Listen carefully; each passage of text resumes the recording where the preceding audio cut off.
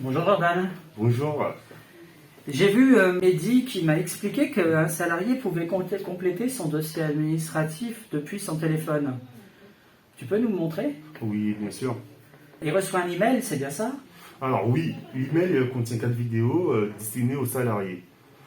Alors pour lui expliquer, pour lui souhaiter la bienvenue et lui demander de préparer certains documents, lui expliquer comment créer son accès à CAP22 et créer son mot de passe, lui montrer comment on installe l'application sur son téléphone, lui expliquer les premiers pas avec l'application. Et tu sais me montrer comment un salarié remplit les formulaires sur son téléphone? Alors regarde, ici tu trouves Madame Marie Ciscaro qui a été recrutée par Mehdi. Elle a accepté de compléter son dossier digital. Après s'être connectée à l'application, elle trouve les formulaires à compléter. Ça fait beaucoup de formulaires. Oui, mais pour rendre l'exercice facile, chaque formulaire ne contient que très peu d'informations à communiquer. Et tu nous montres un petit exemple?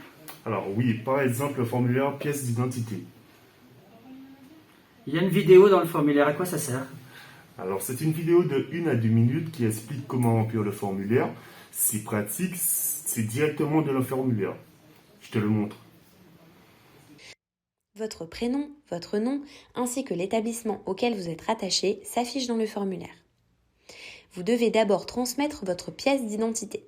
Choisissez le type de pièce dans la liste parmi carte d'identité et passeport. Puis saisissez le numéro de votre pièce d'identité, ainsi que sa date de délivrance et par qui elle a été délivrée. Le plus souvent, c'est la préfecture de votre département qui la délivre. Indiquez la date de validité figurant sur la pièce. Vous devez alors photographier chaque côté de la pièce d'identité et nous joindre les photos. Cliquez sur Scan recto, puis sur Caméra pour prendre la photo côté recto de la pièce d'identité. Puis retournez la pièce et renouvelez en prenant en photo le verso de la pièce d'identité. Si vous êtes de nationalité étrangère issue d'un pays hors Europe, alors vous devez nous transmettre votre titre de séjour. Indiquez le numéro du titre de séjour figurant sur le document, par qui il a été délivré, quand il a été délivré, ainsi que la date de validité du séjour.